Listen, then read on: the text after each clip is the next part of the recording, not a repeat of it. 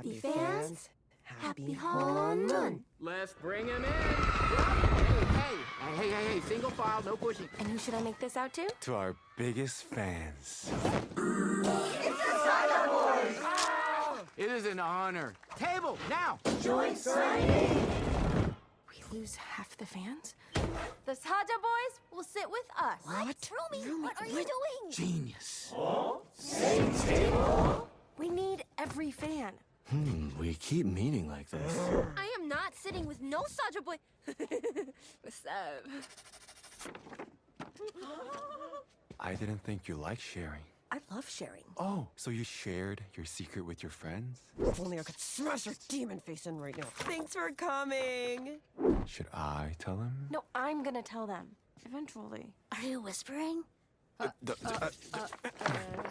Your secret's safe with me. Oh, so cute. Thanks for coming. Not bad, Saja boy. I'll sign first. I'll sign first. No, I'll sign first. I'll sign first. I'm not gonna talk to someone who's helping Kima. I'm helping myself. Look, if I help him, he's promised to erase my memories. And those voices in my head will be gone. Pathetic. I'm pathetic? You can't even talk about your patterns. You want me to talk about my patterns? I hate them, just like I hate all demons, how I hate Kima. If hate could defeat Kima, I would have done it a long time ago. Trust me. Excuse me, Mr. Genu. I made this for you. For me? Maybe listen to those voices instead of the ones in your head. Isn't he great? Woo! Genu, everybody! Yeah, Genu! Ooh, Chinu. In a world overflowing with movies, we need a hero. Someone to separate the bad from the good.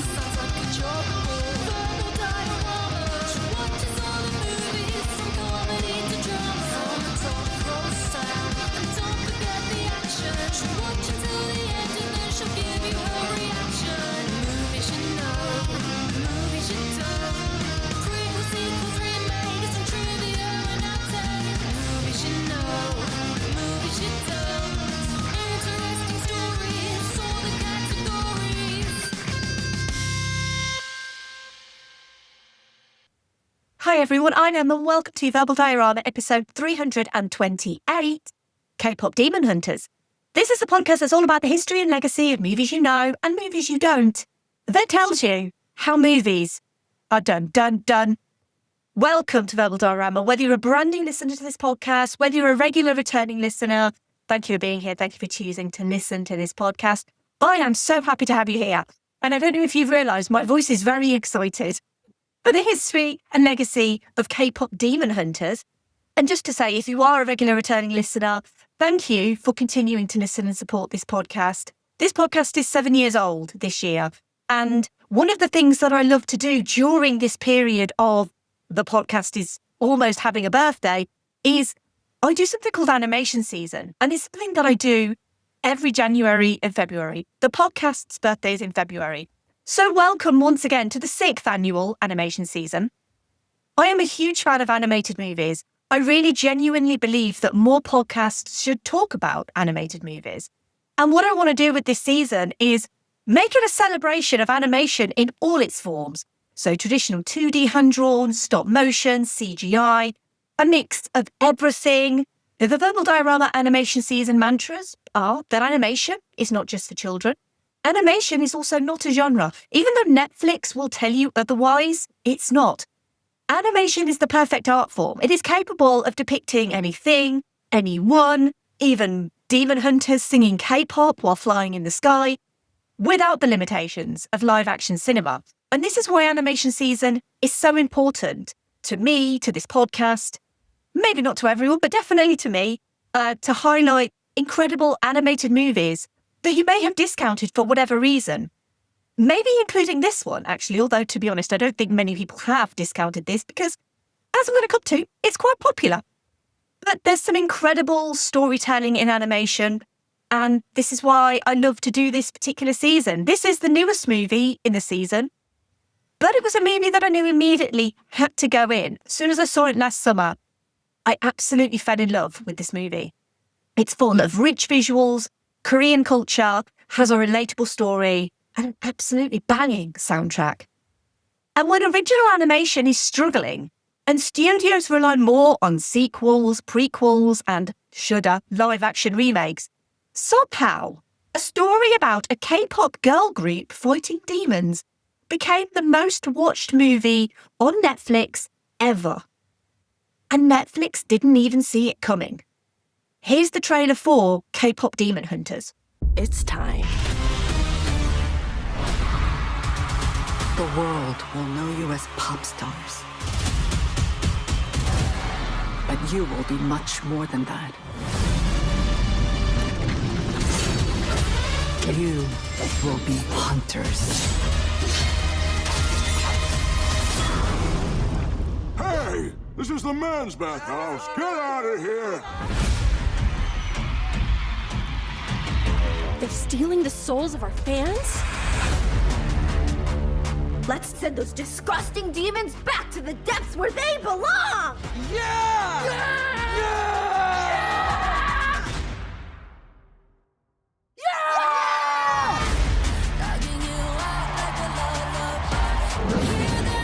Let's get battle ready.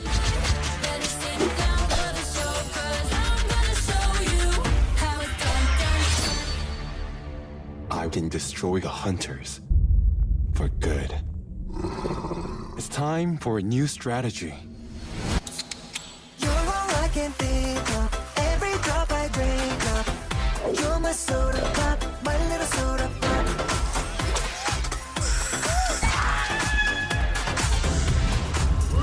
The demon boy band? They're coming after the fans. You're my soda pop, my little soda pop. The Sasha Boy! Let's go get these guys.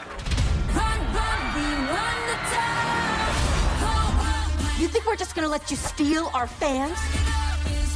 You're gonna have to fight us for them.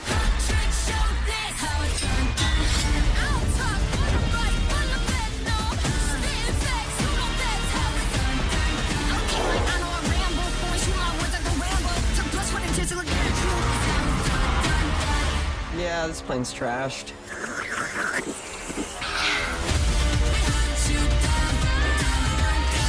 Everything is at stake.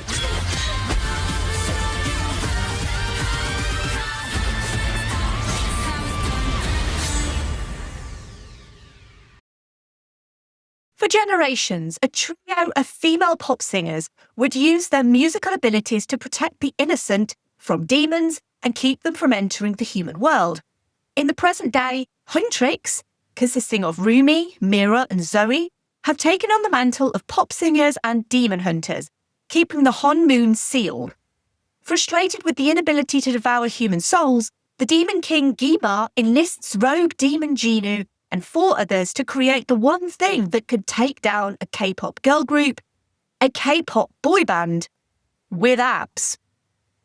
Let's run through the cast of this movie. We have Arden Cho as Rumi, EJAE as the singing voice of Rumi, Mei Hong as Mira, Audrey Nuna as the singing voice of Mira, Ji Young Yu as Zoe, Ray Ami as the singing voice of Zoe, Ahn Hyo Seok as Jinu, Andrew Choi as the singing voice of Jinu, Yoonjin Kim as Celine, Leah Salonga as the singing voice of Celine, Daniel Dae Kim as Hee Han, Ken Jeong as Bobby, and Lee Byung-hun as Gima.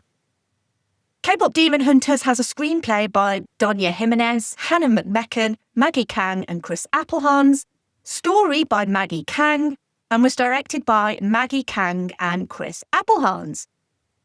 Couple of things before we start. I am, as always, very sorry for any mispronunciations of Korean names or words. I promise I do always try to get them right, but sometimes I'm English and sometimes I get it wrong. So apologies if I mispronounce anything. Huntrix are the current in a long line of Korean female girl groups across the decade, all responsible for maintaining the Honmoon, a magical barrier that prevents the demons from entering our world. K-pop is a phenomenon, with some of the most successful bands in the world being K-pop groups. Now, we in the West might think that this craze started in 2012 with Psy's Gangnam Style, but K-pop is nothing new, and while the movie depicts a 90s girl group starring Celine and Rumi's mother, they're not the only generational legacy within Korean pop music or Korean girl groups who have been literally strengthening the Hanmoon in real life for decades. The Jigori sisters are considered Korea's first girl group, formed in 1935 and debuting on stage in 1939. The group had a rotating lineup, but at its core was Lee Nan-young, mostly known for her song Tears of Mokpo. At the time, Korea was ruled by Japan, and the Jigori sisters served as a form of cultural resistance during the colonial era. They performed wearing traditional Korean hanbok while Japan was suppressing Korean culture. When they faced pressure to remove the iconic Korean folk song Arirang from their repertoire, Lee cleverly wove the song into their performance of Maiden Chorus, persuading Japanese officials that the two pieces harmonized perfectly. They covered traditional Korean songs on stage and didn't release original music. The group was active for 6 years until they disbanded in 1945 during the liberation of Korea from Japanese colonial rule. They were the first organized girl group in Korean music history and preserved Korean musical identity during a period of cultural suppression. But Lee Nan-young would also shape Korean music going forward. She married renowned conductor Kim Hae-sung and had 7 children with him, including Sukja, Soom, and Aija, along with their cousin Minja, Mia, whom Lee Nan-young would legally adopt as her own daughter. Kim Hae-sung tragically died in 1950 during the Korean War, leaving Lee Nan-young to support her children alone. But she had a plan. She would end up forming the Kim sisters, made up of her daughters Soo, Aija, and Mia, and they would become the first Korean music group to achieve success in the US market and created a direct lineage between Korea's first girl group and the first Korean girl group to succeed in America.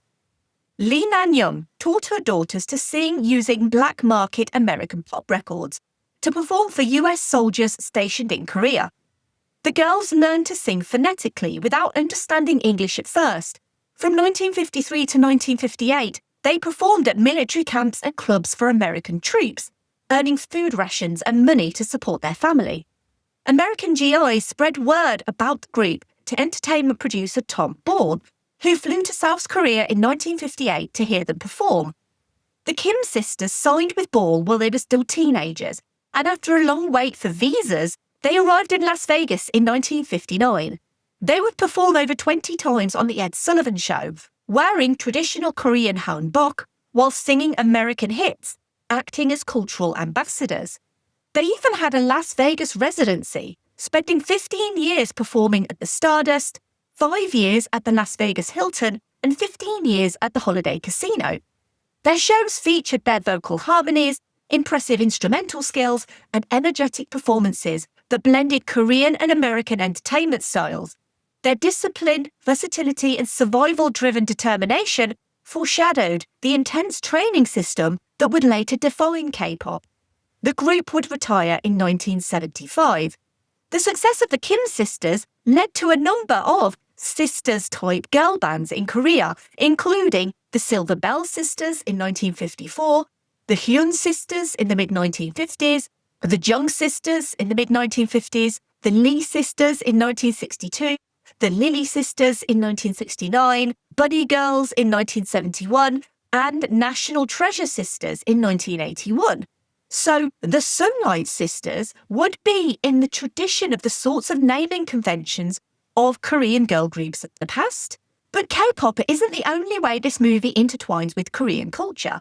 It's also deeply rooted in Korean shamanism, Korea's indigenous folk religion and one of the oldest spiritual traditions on the peninsula, with evidence dating back as far as 5,000 years ago. But it's not a religion in the traditional sense.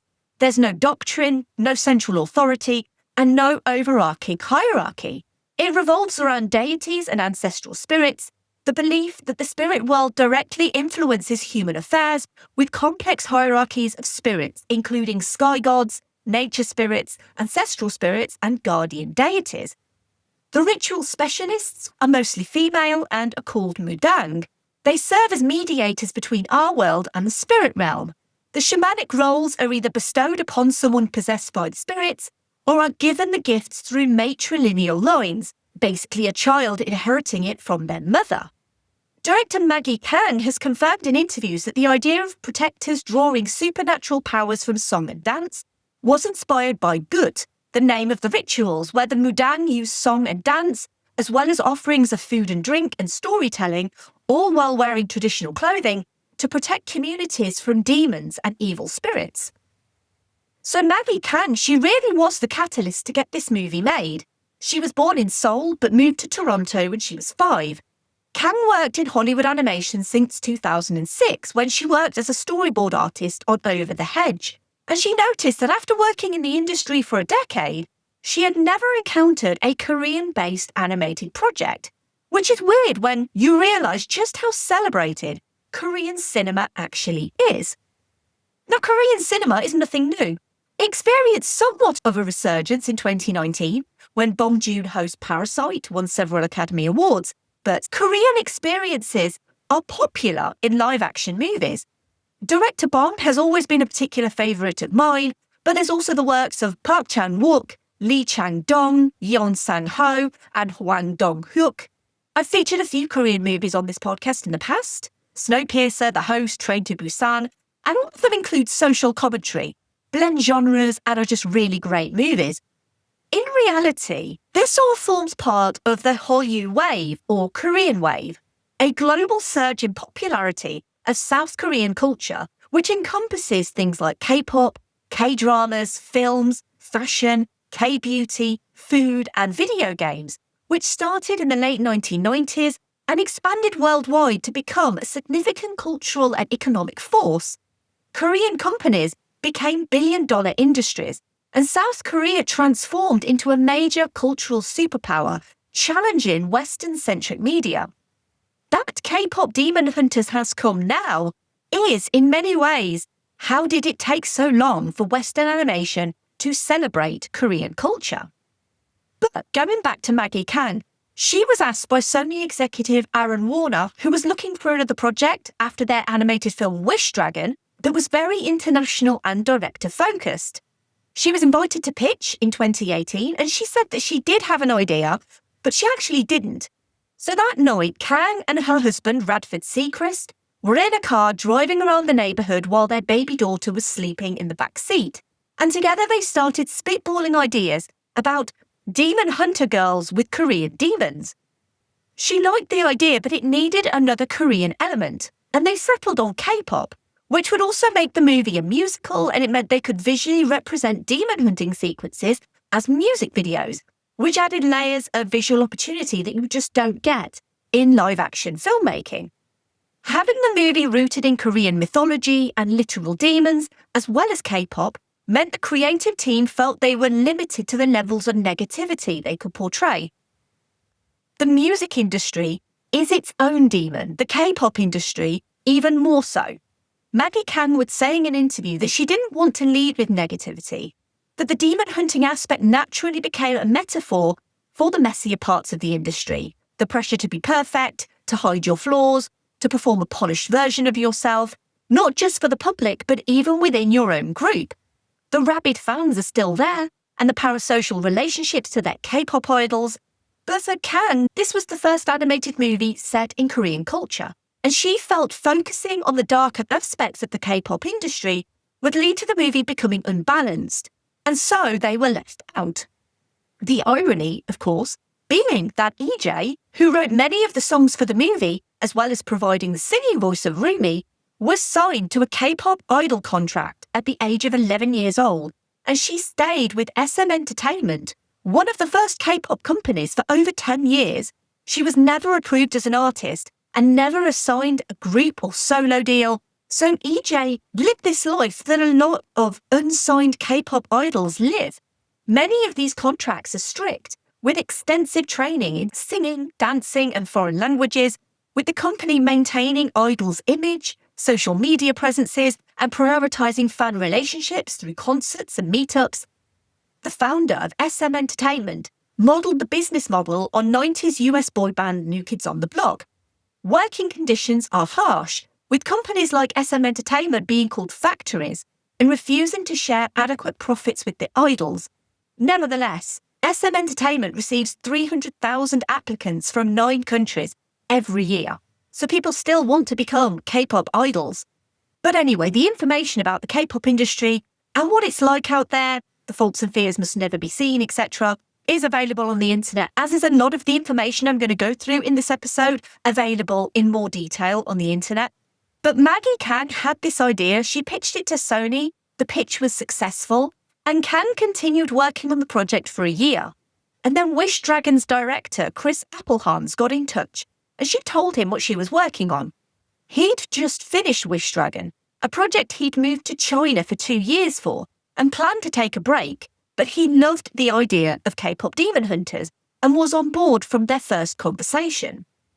While they were working on the story and themes, with Kang specifically wanting to not only focus on Korean culture, but also female representation, she wanted this trio to be sexy, aspirational pop star superheroes, but also goofy and messy and funny. She wanted to take inspiration from how Bong Joon-ho juggles different themes in his movies and blending darkness and light.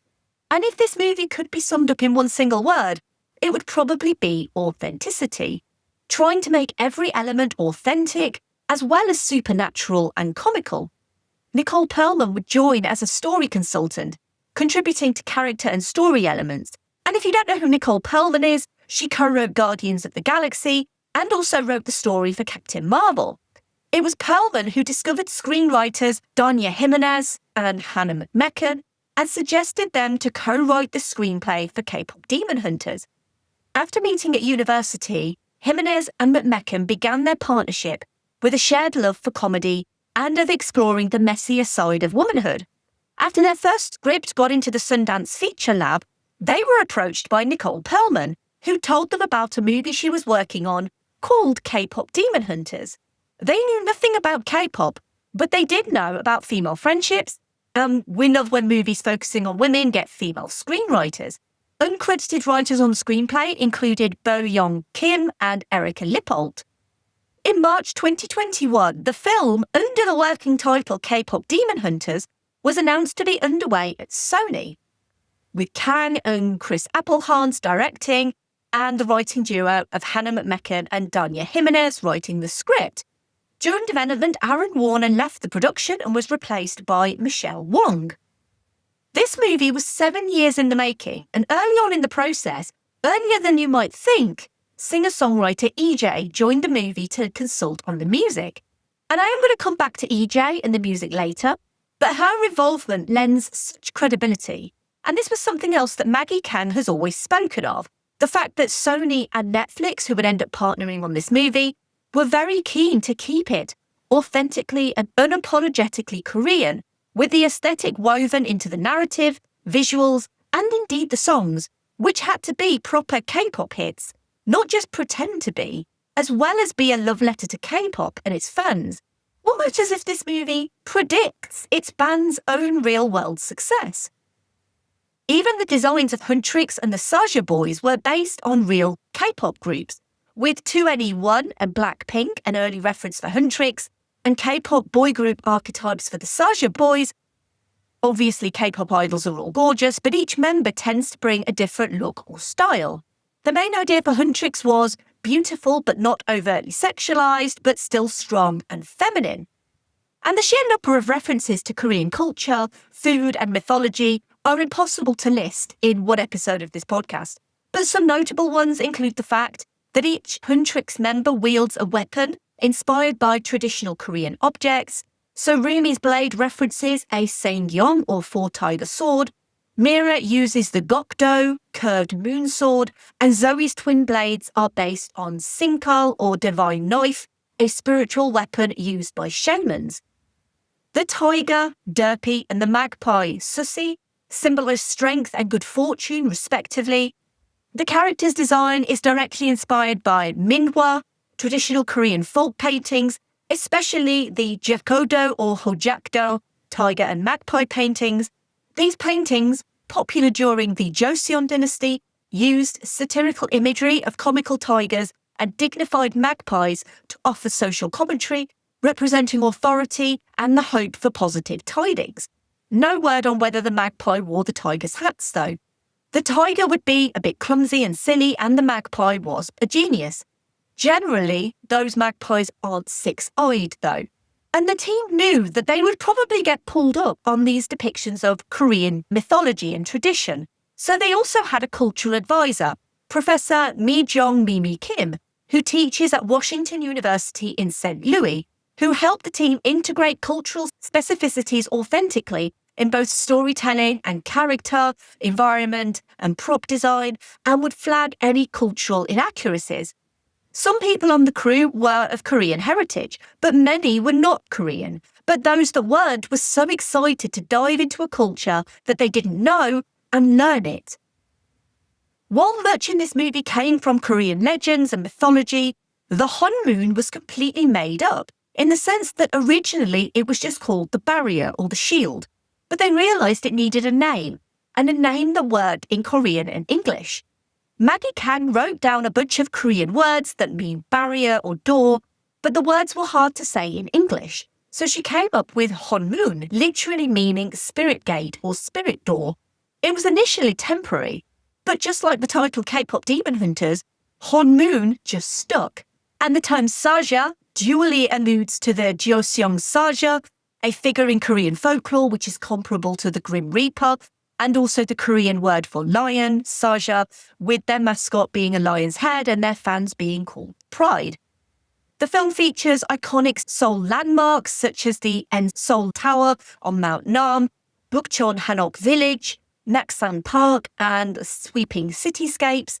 The very first design art director Celine Dayu Kim worked on was Huntrix looking over Seoul from the Seoul Tower. Seoul provided the, excuse the bad pun, soul of the movie.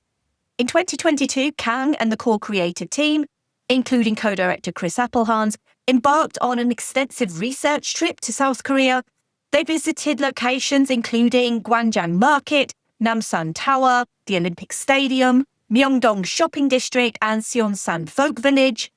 Bukchon Hanok Village was chosen for the meeting between the main characters of Rumi and Jinu, where they sing the song Free, with the juxtaposition of traditional and contemporary architecture reflecting the characters themselves. Even the food became a character in its own right, with scenes showing beloved Korean dishes like gimbap, seaweed rice rolls, ramyeon, instant noodles, and gukbap rice in soup, showing international audiences the flavours of everyday Korean life. The members of Huntrix even eat gukbap with their chopsticks neatly placed on a napkin, which is a familiar habit among Koreans at restaurants. Then there's the very specific animation styles, heart eyes, popcorn eyes, chibi art moments, which intentionally were meant to feel very anime and K-drama. They intentionally referenced coming-of-age sports drama, weightlifting fairy Kim Bok-joo, and the way the character would go from over-the-top silly to heartbreaking sincerity in seconds. They had to treat the two casts for the music and the acting separately, because music was needed early on in the process, but voice actors were needed much later, and finding voice actors for the roles proved challenging, since Maggie Kang insisted on hiring Korean actors for authenticity.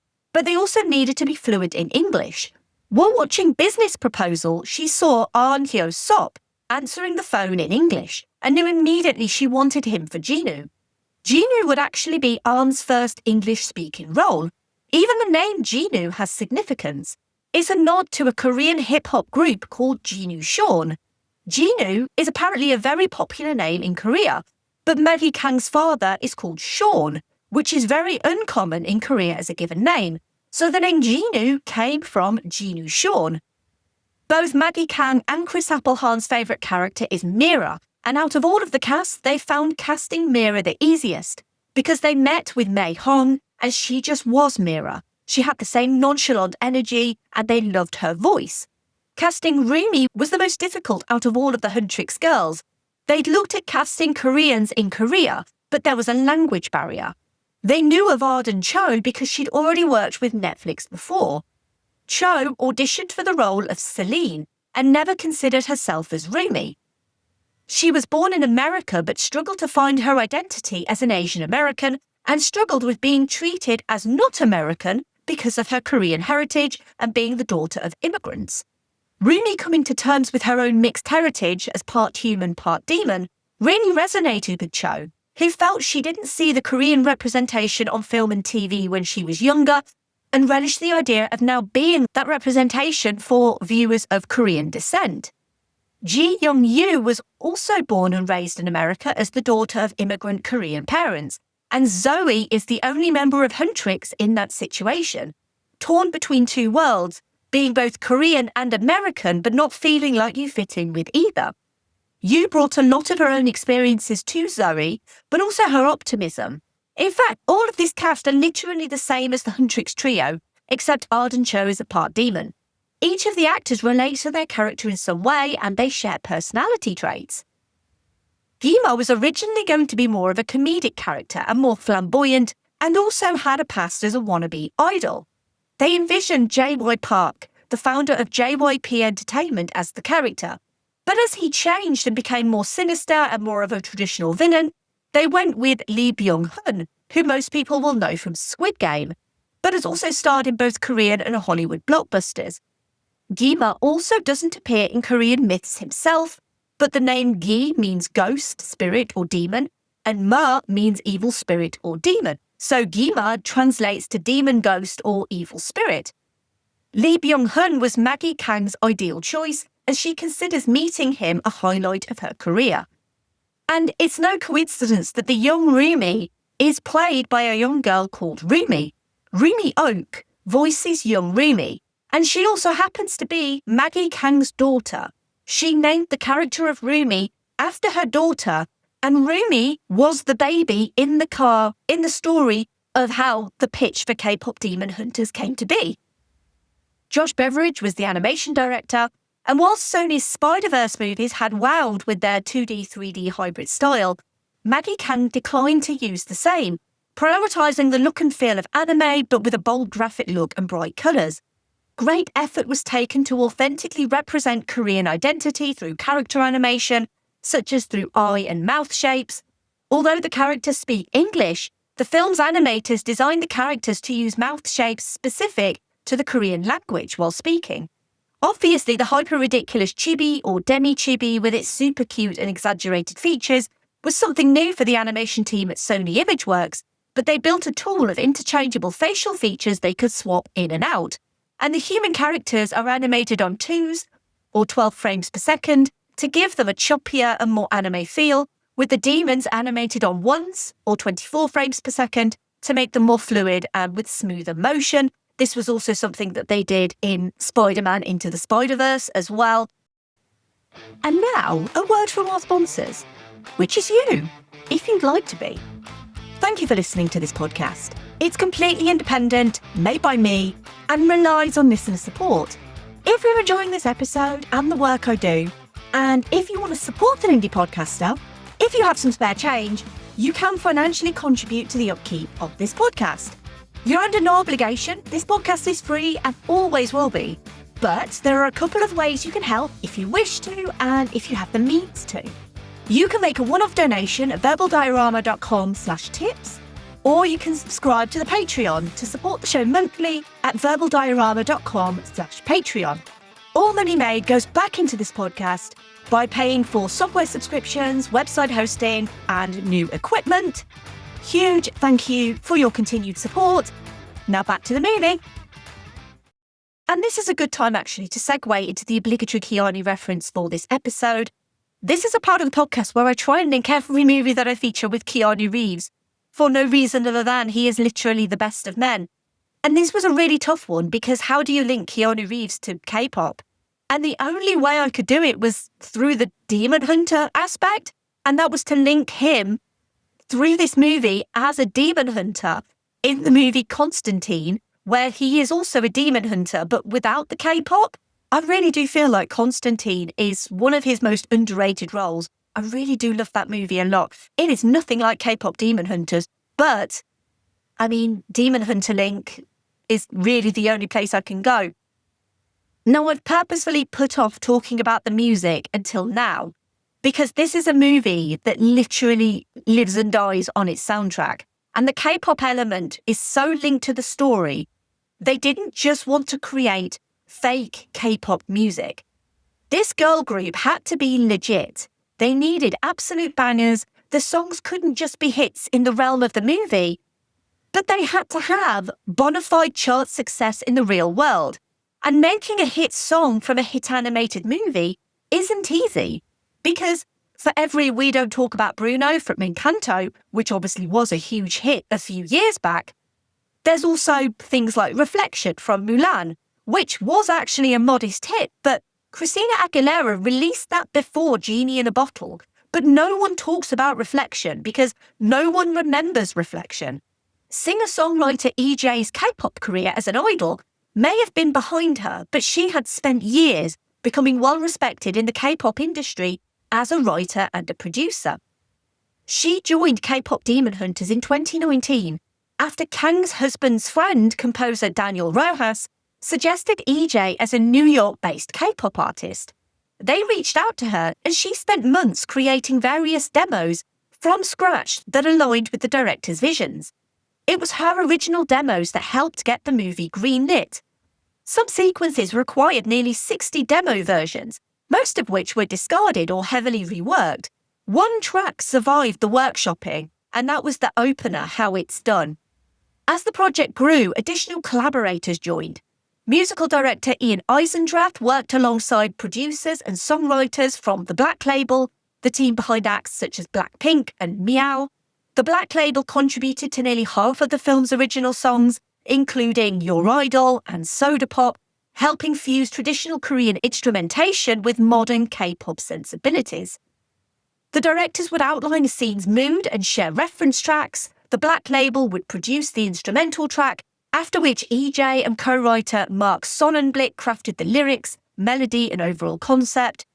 EJAE recorded the demos herself, from lead vocals to harmonies and backgrounds, even standing in for the male idol characters.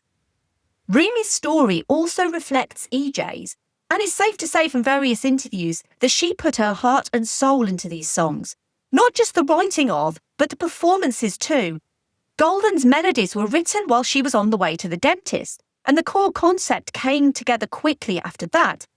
The directors gave specific guidance. The song needed to include the word gold and capture what the character Rumi was going through while introducing each member's struggles in the verses. She cried while writing the lyrics and recording the demo for Golden, recalling her own idol training and being perfect being such a big thing when you're training.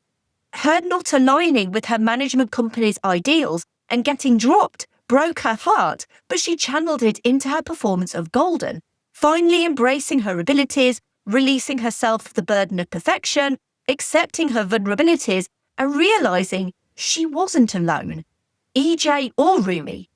EJAE has also said she was delighted at being able to integrate Korean and English lyrics, allowing Korean to appear not just in verses, but throughout the songs organically, which was important to co-director Maggie Kang's vision. They wanted the Saja Boys songs to be super catchy but slightly hollow, representing the lack of soul underneath. In contrast, the Huntrix songs are emotionally vulnerable and honest. Of course, we know Jinu does have a soul. He gives it to Rumi to protect her, but it's something he's got, not something he already had. 3 members of K-pop girl group Twice, Jonghyun, Jihyo and Chaeyoung, covered the track Takedown for the album, as well as providing their own song strategy, and their involvement really validated what the creative team was trying to achieve and accomplish in the K-pop space. The team also worked with 2 temp tracks during the animation phase. One was EXO's Love Me Right, which is used to introduce the Saja Boys, and the next was Love Maybe from the Korean drama Business Proposal. Those 2 songs stuck, and they fought to license them for the movie. All of the original songs were written by Danny Chung, Ido, Vince, Kush, EJAE, Jenna Andrews, Stephen Kirk, Lindgren, Mark Sonnenblick and Daniel Rojas, and Marcelo Zarvos composed the score for the movie. And of course, the movie's musical numbers were also choreographed for the animation team by Jam Republic's Jo Na-in, the Black Label's Lee Jung-lee, and the group K-Tigers. Jo, a South Korean dancer and choreographer, created the sequences for Golden and Takedown, The choreography for How It's Done was done by Lee, and the choreography for Your Idol was done by K-Tiger's Ha Seon-jin. Choreography for Soda Pop was worked on by Lee and Ha, and the movements were made bigger and more expansive than usual to express the lyrics and emotions. I love this soundtrack. I love that they went so hard with it. Your Idol basically says the quiet part out loud. Every song is a legitimate banger, and Golden is a certified smash hit, peaking at #1 in the charts in 30 countries, including the US, Canada, Australia, South Korea, New Zealand, and here in the UK, where it spent 10 non-consecutive weeks at #1 in the charts. And it is still in the charts because I was listening to the charts earlier while I was prepping this episode, and Golden is still in the charts here. K-Pop Demon Hunters was released on Netflix on the 20th of June 2025. In addition to streaming on Netflix, it had a limited theatrical release at selected cinemas in California and New York from the 20th to the 26th of June 2025. And this was to make it eligible for Academy Awards consideration. As of December 2025, Netflix has said that K-Pop Demon Hunters has been watched 500 million times on the streaming service, passing Red Notice from 2021 as its most watched film. It was also re-released into US cinemas for a limited period on the 23rd of August 2025, becoming Netflix's best-performing cinema release since Glass Onion in 2022. It finished in first place that weekend. It was also released here in the UK, Australia and New Zealand from the 23rd to the 24th of August as a sing-along version, which was subsequently also released as a separate version on Netflix. Through its various limited cinema releases, K-Pop Demon Hunters has made $24.6 million worldwide on a budget of $100 million. But this is a Netflix movie, so it's not about the money. What it is about is the deal that Sony made with Netflix. So let's talk about the deal, the whys and hows, what it meant for them financially, and what it means for future sequels. So Sony spent $100 million creating an actual global phenomenon, but they only walked away at the time with $25 million. The reason is a distribution deal with Netflix, which was struck in 2021. At the time, the movie industry was struggling with the outcome of the COVID-19 pandemic. People weren't going to the cinema, and the studios needed to guarantee returns. So Sony agreed to a direct-to-platform arrangement with Netflix, where Netflix would pay back the film's production budget, plus an additional fee capped at $20 million per project, plus a $5 million first option rights for Netflix to retain the movie on its platform. In exchange, Netflix retained all of the rights to the property and owes no additional profit participation, even if the film becomes a massive hit. At the time, the deal made a lot of sense. Cinemas were still recovering from pandemic closures, animated films were struggling at the box office, and Sony didn't have its own streaming platform. The deal guaranteed Sony would make a profit without risking a theatrical flop. But nobody, not even Netflix, predicted K-Pop Demon Hunters would become as big as it did. Netflix essentially funded the production while Sony handled the creative work.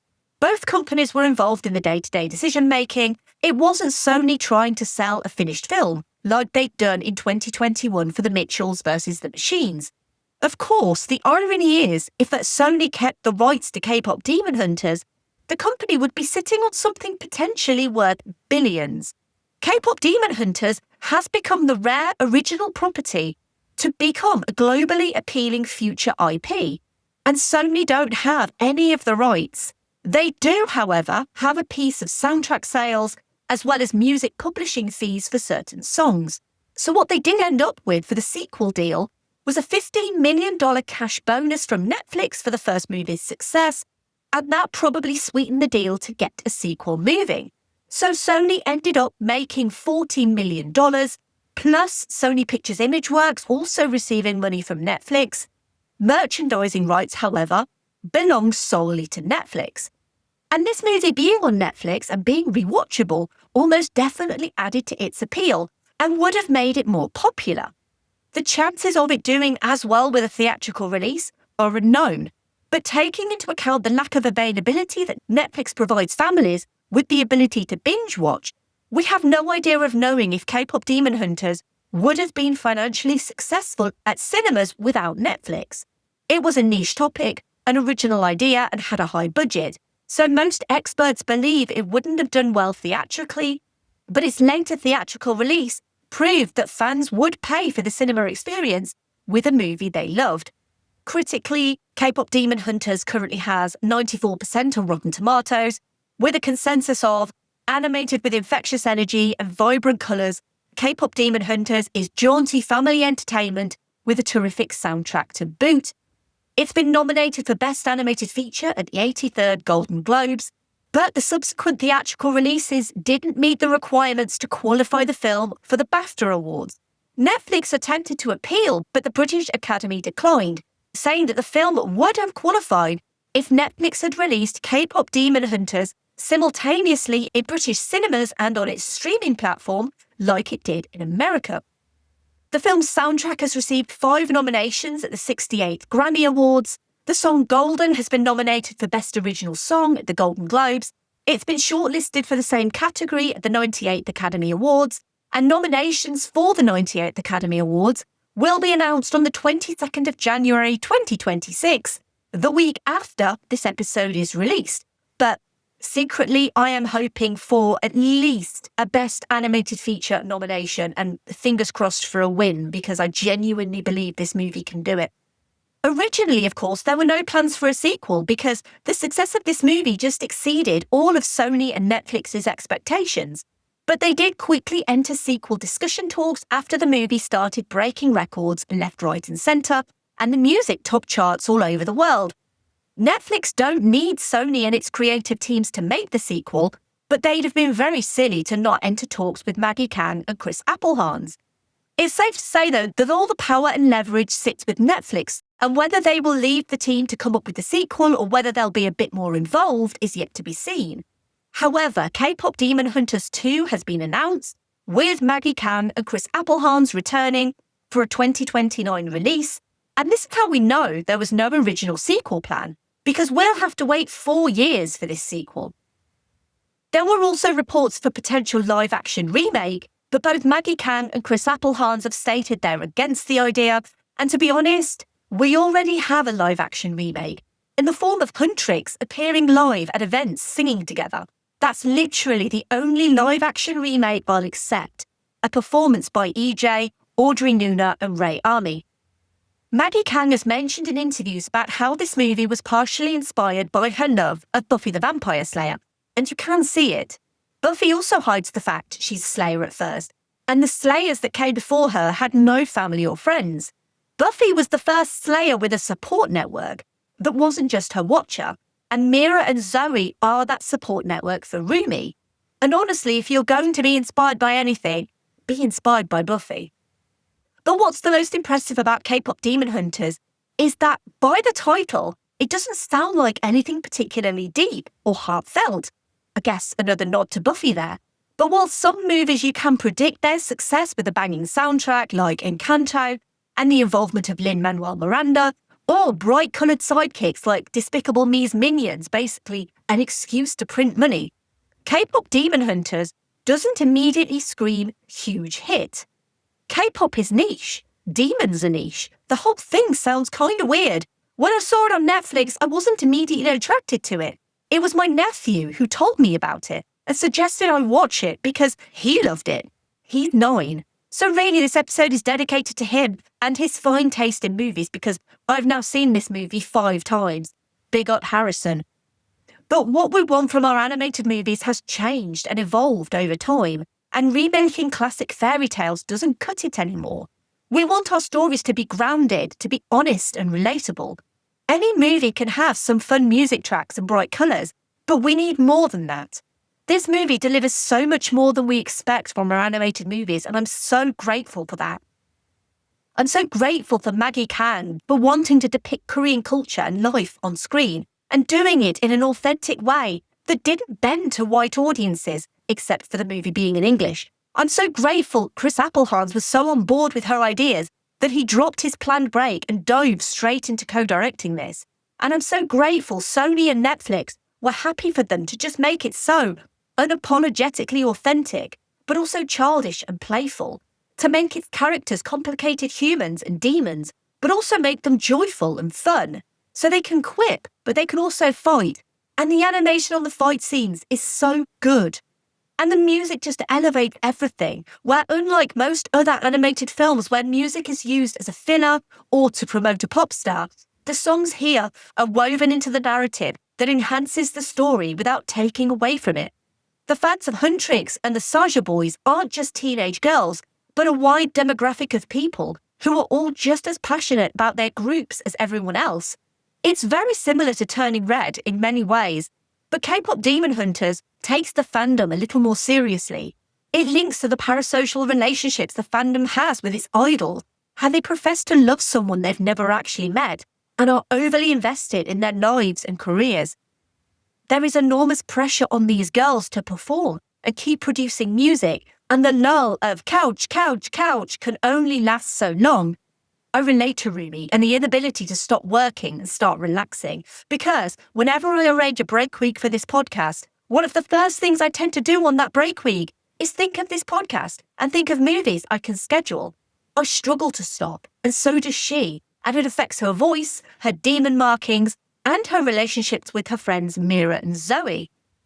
Your Idol, such a great song, literally about toxic fandom, keeping you in check, keeping you obsessed. Fans keep artists going, feeding their cravings for attention, likes on social media. I love that Your Idol takes it to a religious fervour where they are literally deities with their fans' devoted followers.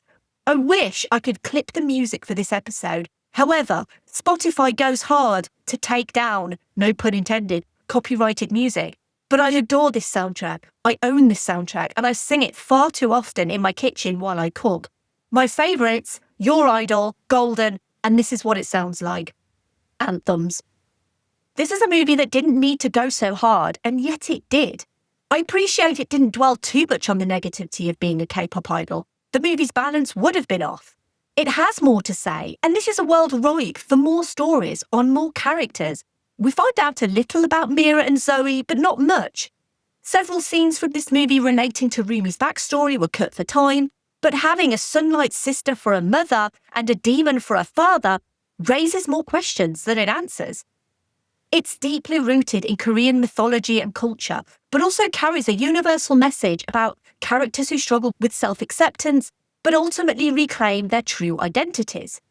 That empathy and acceptance creates a literal shield against the darkness and the complete power of music. It's a coming-of-age journey that resonates across cultures. Your inner demons will never truly be gone, but being your authentic self by using your voice to connect with people will help. Even those unfamiliar with K-pop or Korean traditions can connect with these themes. The fact it has a sequel coming is pretty obvious, but the fact Netflix didn't even preempt the merchandise and toys would suggest they had no idea the level of success that was coming. Dolls, toys, and merchandise have only recently gone into production and won't actually land in stores until this year, 2026. Mattel is working on a full set of Mattel Creations Huntrix dolls, available by October 2026, expected to retail for $150 for the 3 dolls. Maggie Kang's 7-year journey, EJAE's 6-year journey, all on screen. And while you can criticise aspects of the pacing or plot, I think overall this is just such an incredible accomplishment. And I love that Korean culture is front and centre. And watching EJAE and Arden Cho in interviews, it's clear they both really felt this was a personal project for each of them. And I love that all of this cast is now experiencing the career they wanted. And the fans have really embraced the world, researching the traditional Korean art and mythology on screen, and creating their own ships. Not just Rujinu, but also Zoe Story, Rumira, Zoe Rumi, and Miro Mabi. Even Bobby is included in Bobby Tricks. I don't think I need to explain that one. But anyway, fit check for my napalm era, and knowing we have Chris Applehans to thank for. Verbal Diorama is all about spitting facts.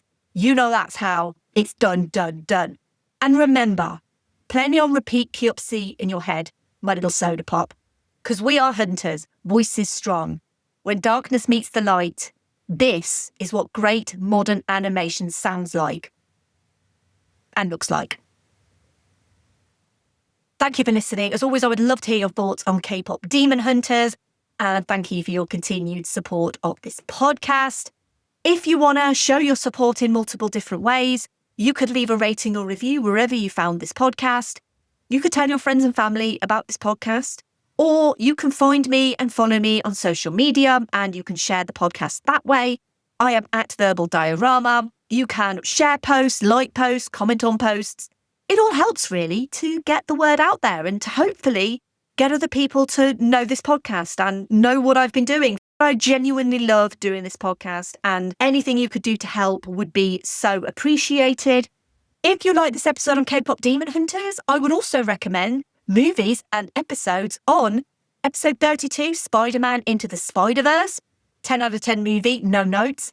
Episode 104, The Mitchells versus the Machines, which, as I mentioned, was a Sony animation movie that got sold to Netflix, and it is wonderful and well worth your time. And finally, episode 282, Turning Red, which shares a couple of similarities to this movie, except it wasn't as successful, and it's a lovely movie and really deserves to be more successful than it was. As always, give me feedback, let me know what you thought of my recommendations. For the next episode, animation season continues with a device stolen by a dream terrorist to cause nightmares and share dreams. It was Satoshi Kon's final movie, and he only made 4 in his lifetime. And another of his movies that a Hollywood director borrowed ideas from for their own blockbuster movie. It's trippy, weird, and hard to follow, but it's a visual treat and a stunning piece of animation history. So join me next week for the history and legacy of Paprika. A huge thank you to the amazing patrons of this podcast. To Simon, Laurel, Derek, Kat, Andy, Mike, Luke, Michael, Scott, Brendan, Ian, Lisa, Sam, Jack, Dave, Stuart, Nicholas So, Kev, Heather, Danny, Stu, Brett, Philip M, Zenos, Sean, Rhino, Philip K, Adam, Elaine, Kyle, Aaron, and Sebastian. If you want to get in touch, you can email verbaldiorama@gmail.com. You can also go to the website verbaldiorama.com and you can fill out the contact form. You can say hello, you can give feedback, or you can give suggestions. I would genuinely love to hear from you. You can also DM me on social media as well. I really love to hear from people, and I always try to respond as quickly as possible. I'm hugely grateful to you all for your support. And finally,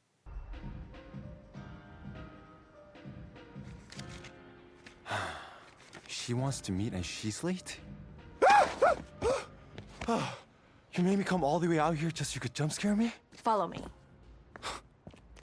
Well, I'm glad you're finally ready to talk. Although, you could have picked somewhere nicer for a date. Date? No, ew! What are you talking about? That doesn't mean... Ugh, you're so old. This is strictly a business meeting. Okay, loud and clear. What if I told you there's another way to get your freedom? Go on. Help us win the Idol Awards. Because when we win, the Honmun will be sealed. And that will guarantee your freedom. Grima will be permanently cut off. And all the demons will be gone from this world. I will finally be free of these patterns. No more hiding. No more secrets. You can be on this side when the Honmun is sealed. Away from the demon world. Away from Grima. You can be free from those voices. Forever. What makes you think the Honmun can save a guy like me? A guy who tried to help his family? You made a mistake, Chinu. It's not that simple. But I am a mistake. Have been since the moment I was born. So, I have to believe. Because if there's no hope for you, what hope is there for me? Bracelet for your beautiful girlfriend? Oh no, we're not. no. She's not even my type. Excuse me? I'm everyone's type. You can't even show up on time. What are you, from the 1900s? I can see why you're still single. What? See? Would never work. Here, free one. Go find yourself a better boy. This one's hopeless. Well, there's your answer. Hopeless. That's the funny thing about hope. Nobody else gets to decide if you feel it. That choice belongs to you. Fine. Your loss.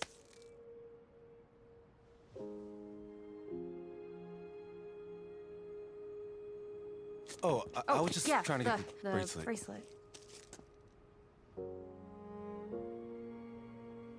For what it's worth, I don't think you're a mistake. Okay, bye. Yeah, bye. Bye. Movies you know.